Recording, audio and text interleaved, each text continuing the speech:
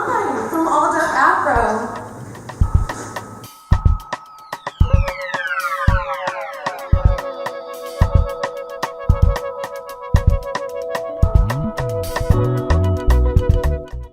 Reporting live from All Deaf Afro, this is Agia. We're here to talk about today the film portrayal of Black people in media. What I chose to do was watch the Jackson 5. I feel like when I was younger, I thought the whole thing was a movie, and researching about the information now, I just learned into a whole mini-series. So I wanted to just pose a question on the production, and when I was researching, I found out that Deke Richards was the white producer for the Jackson 5 movie.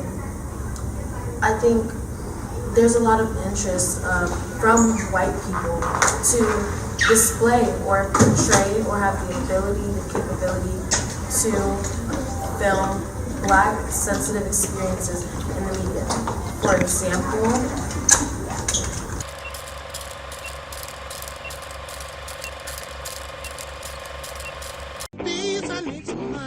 Stop it!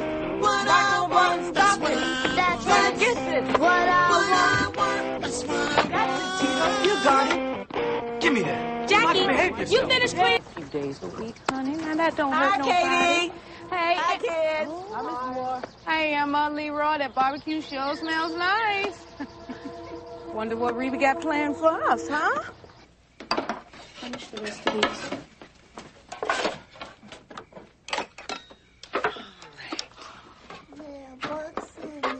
Yes, Reby. Oh, honey, did you wash these greens before you cooked them?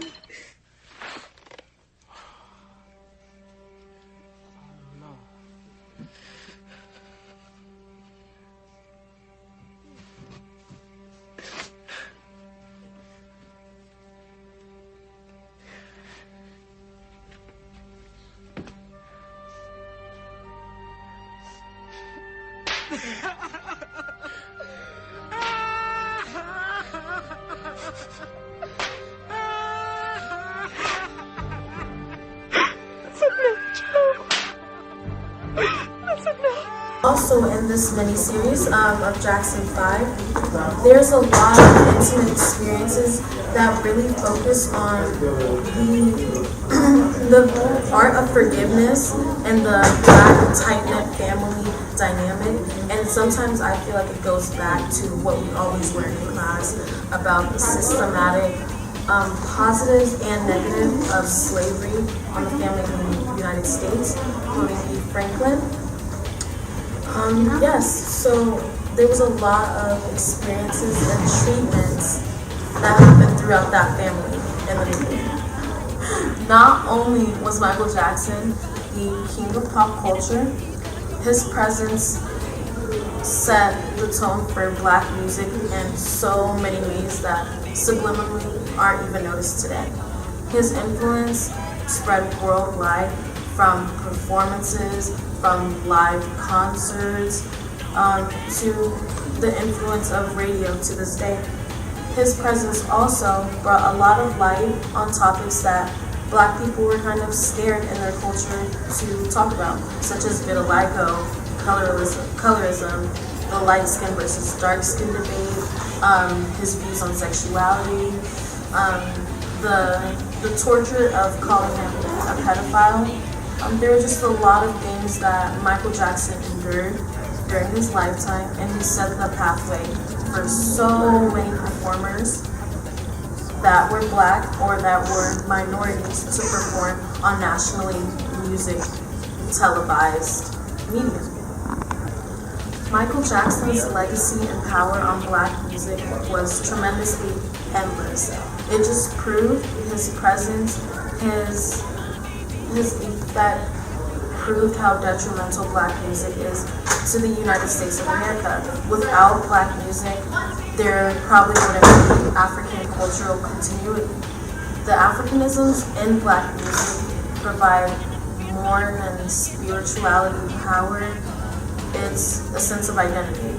And without Black music, and without proper Black music portrayal and media, Black people would not know where their strength emerged from. And now, our next topic is highlighting the discussion of Black division in media.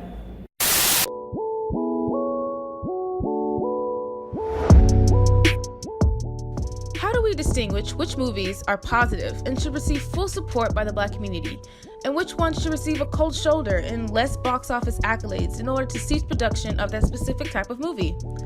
There's a division within Black cinema in the genres. Certain movies are deemed beneficial, like Malcolm X, Hidden Figures, and Black Panther. And some have content that is looked down upon or criticized, despite these types of movies being cemented into Black popular culture. Think of Medea, Big Mama, Norbit, Friday, or even Rush Hour. This division can prove to have a negative effect on the action of watching a movie for Black spectators due to the opinion that regardless of representation, messages should only be of a certain kind or the entire movie is deemed irrelevant. To give you an example of the noticeable division in Black cinema, I propose the creative differences between Spike Lee and Tyler Perry. Spike Lee acknowledges Tyler Perry's prowess, but he says that Perry should be cautious against promoting what Lee considers stereotypes of Black people. Tyler Perry asked the question of why the Black community looks down on his movies, a stark contrast from the reaction of other communities to media and pop culture icons that represent them. So why do we laugh at Black stereotypes? It may be because certain stereotypes are sometimes true. Because stereotypes are instantly seen as negative depictions and views on a marginalized group does not mean that these stereotypes are not funny or able to relate to when they are used in Black movies. For example, when the grandma says, "Let me get my belt," when the pastor is overly excited and breathing hard and speaking in the pastor cadence, these types of things only take away from the Black community when we view them as only negative because white media systems told us they were. Nevertheless, the cry from minority entertainers for authentic representation has a tendency in itself to be bigoted. The criticism seems to suggest that minorities are monolithic and that there is no spectrum when it comes to the minority experience. Whether it is about a Black man trying to find love, a Black woman living in the stereotypical hood with her best friend, a gun-toting, Bible-throwing grandma, or a loving Black family where both the mother and father have successful careers, every story needs to be heard.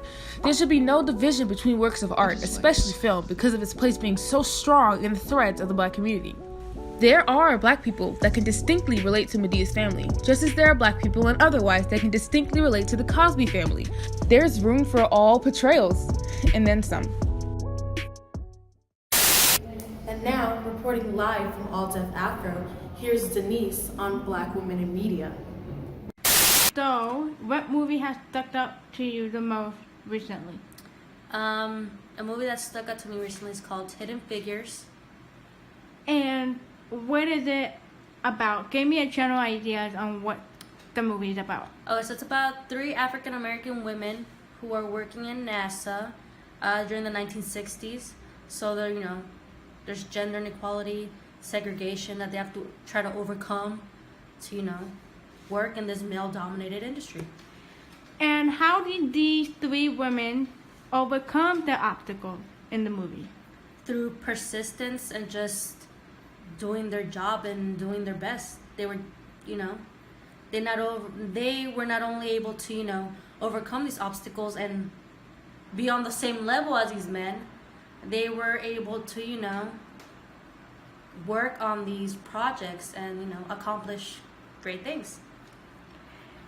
And so, in the movie that you recently talked about, where the men are controlling majority of the industry, to be exact, how were they treated in the beginning of the movie, and how is it different from what they were treated at the end of the movie?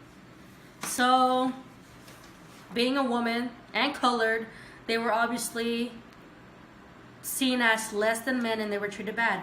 At the end of the movie, because, through persistence and showing that they knew what they were doing, they were able to, gain respect from these men.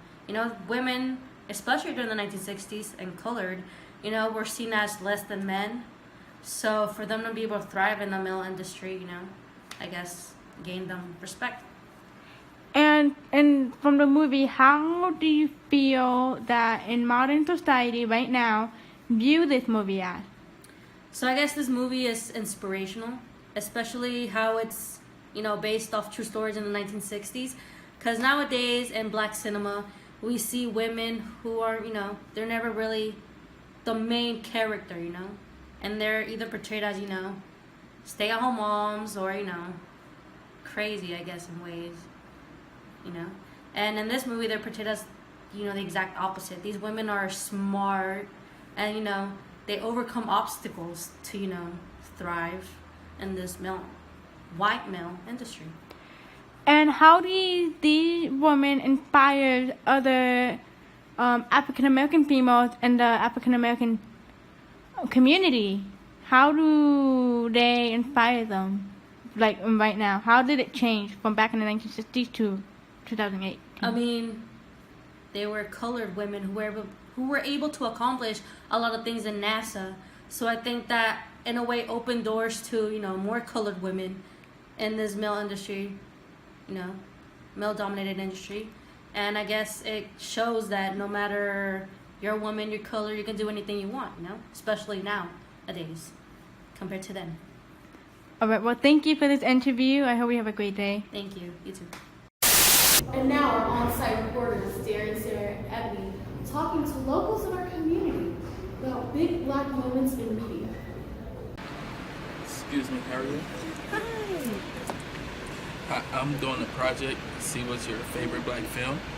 Oh, my favorite black film is Baby Boy. Let me go tell you about it. What is your favorite aspects, your dislikes and likes about Baby Boy?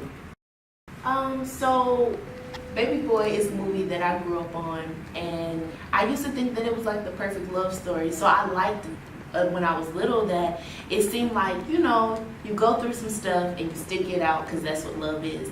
But I don't like how it sends the message to our youth and other black couples, and that toxic love equals true love, because that's not true. You can experience love without it being toxic.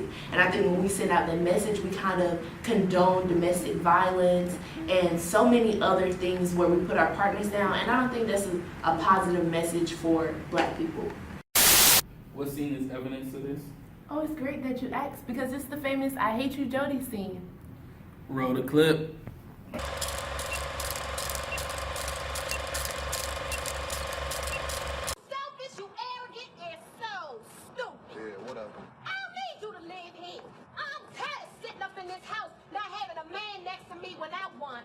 You hate me? Yeah, that's right. I hate your ass. You make me sick. I can't stand your bald head. You act like a little boy instead of a grown black man. I hate you. Well, you know what? I hate your ass too. Do something. Give me the keys to my car, Jody. You ain't going nowhere. Get up off me, girl. See, there you go again. Bringing yourself downstairs. Showing off. Hello, my name is Sarah DeWitt, and I'm going around Georgia State University to talk to students about what is their favorite black movie and what aspects that they find interesting. Hello, sir. What is your favorite black movie? My favorite black movie is Boys in the Hood. And what aspects that you like, dislike? I dislike the glorification of violence in that movie. As we all know, the Ricky scene where he got shot, and following that is the drive-by scene where Doughboy, Ricky's brother, kills the people that killed Ricky.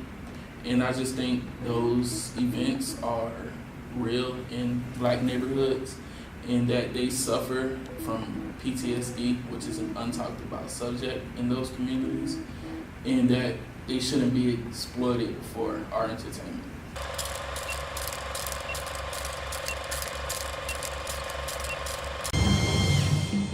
Ricky!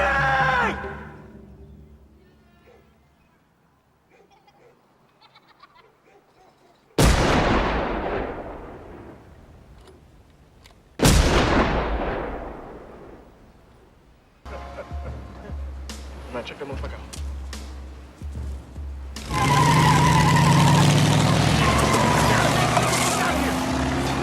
Look, don't follow me, man. Go your own way.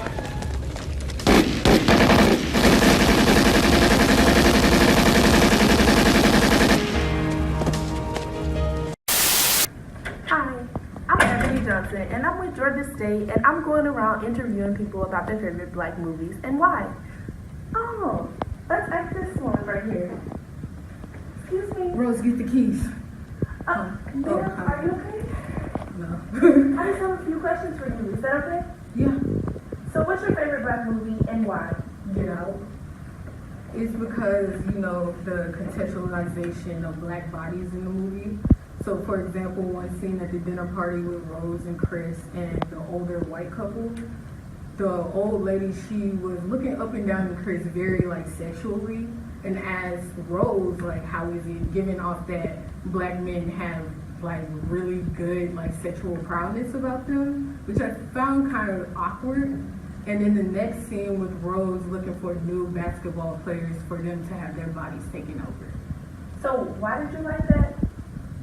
Because, like, you know, out here, cultural appropriation, white people just want to be us, but don't really want to be us. Okay. And then lastly, what message do you think that sends out overall to black people? What underlying message would you say? Don't go to white dinner parties. And there you have it. Roll the clip.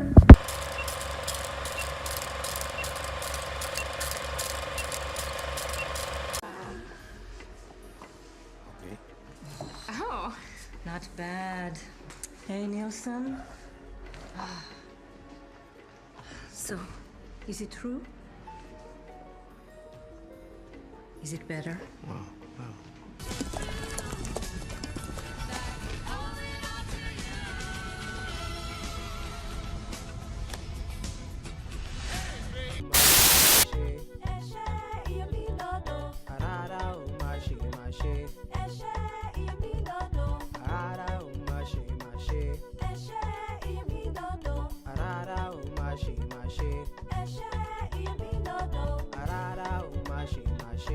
Ẹ̀ṣẹ̀